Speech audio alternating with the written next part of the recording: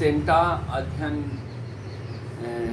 संस्थान की ओर से प्रस्तावित प्रश्न के उत्तर में हमारा जवाब यह है कि कोई भी ऐसा कार्य नहीं है जिसमें संशोधन परिवर्धन की आवश्यकता नहीं होती है। तुलसीदास जी लिखते हैं कि जड़ चेतन गुण दोष में विश्व किन्ह करतार, संत हंस गुण गहई पै परहरि वार विकार।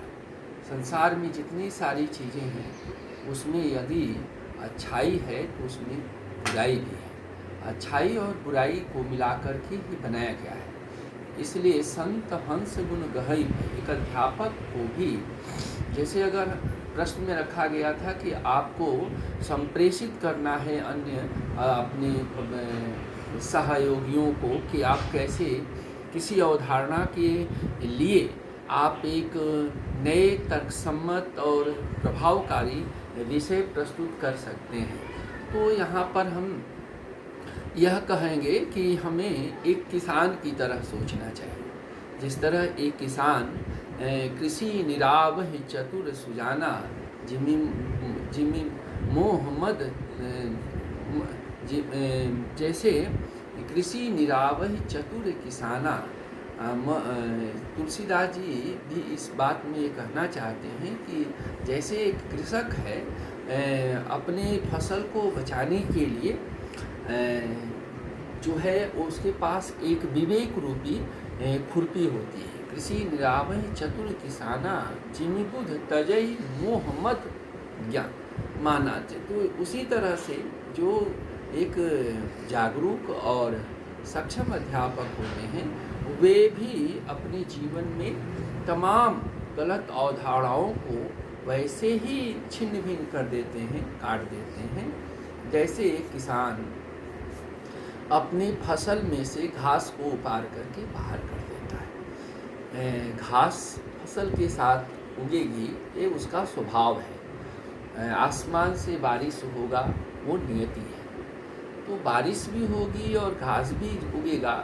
तो फसल को बचाने के लिए अगर हम घास के साथ फसल को भी कबाड़ देंगे तो फिर फसल भी नष्ट हो जाएगी। इसलिए फसल को बचाते हुए घास को निकालना, वैसे ही हम सभी अध्यापक सहयोगी एक साथ मिलकर चिंतन मनन करके और एक नए परिदृश्य में एक नए विचार के साथ नई चीज़ों को प्रस्तावित करने के लिए कहा है प्रसाद जी ने कामायनी में कि पुरातनता का यह निर्मोह सहन करती न प्रकृति पल एक, नित्य नूतनता का आनंद किए हैं परिवर्तन में टेक। अल्फ्रेड लॉर्ड टेनिसन का एक बड़ा महत्वपूर्ण कथन है कि old order is changes yielding place to new. जैसे पुरानी चीज़ें बदलती हैं और उनके जगह पर नई चीज़ें आ जाती हैं, हमेशा हमें नई चीज़ों का स्वागत करना चाहिए, चाहे वह कोई विचार हो, नियम हो या विद्यार्थियों के सर्वांगीण विकास करने में अपने किसी बौद्धिक विचारधारा का उसमें संयोजन हो, निष्पादन हो, उनका प्रयोग हो।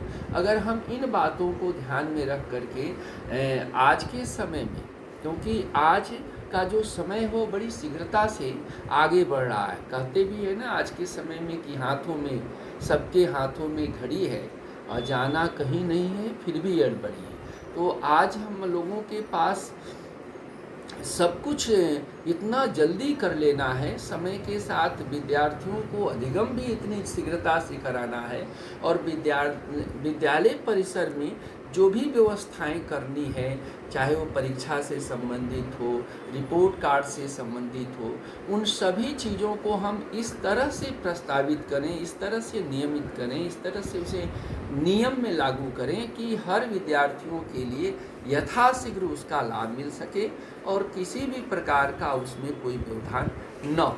तो एक अध्यापक को सदैव अग्रगामी, नवोन्मेषी और आधुनिक विचारधाराओं से ओतप्रोत होना चाहिए और उसमें उनको अपनी पूरी सहभागिता निभानी चाहिए, जिससे कि किसी भी प्रकार का शिक्षण अध्ययन प्रणाली में कोई कमी न आ सके।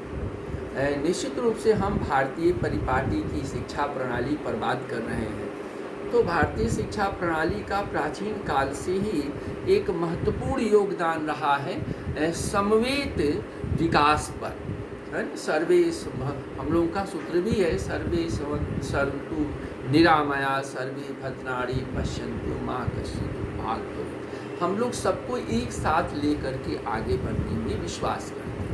तो हमारा विद्यालय के कर्मचारी, विद्यालय के अध्यापक गण और सबसे बड़ी बात है हमारे विद्यालय परिसर में उपस्थित होने वाले हमारे नए भविष्य को पुनर्स्थापित करने वाले जो छात्र होते हैं, उन पर ही वही हमारे कर्णधार होते हैं और उन्हीं का संपूर्ण विकास करना ही हम अध्यापकों का महत्वपूर्ण लक्ष्य होता है। और उनके संपूर्ण विकास में अगर हम अपने नए विचारों को साथ मिल करके उसको प्रस्तावित करें और उसको क्रियान्वित करने का हम प्रयास करें, तो निश्चित रूप से इस तरह के जो अधुनातन शिक्षण जो कार्यशालाएँ, प्रशिक्षण के जो संस्थान हैं, जिसमें एक सेंटा भी प्रमुख है, जो 2024 में हम लोगों से वीडियो निष्पादित करा रहा है, बनवा रहा है।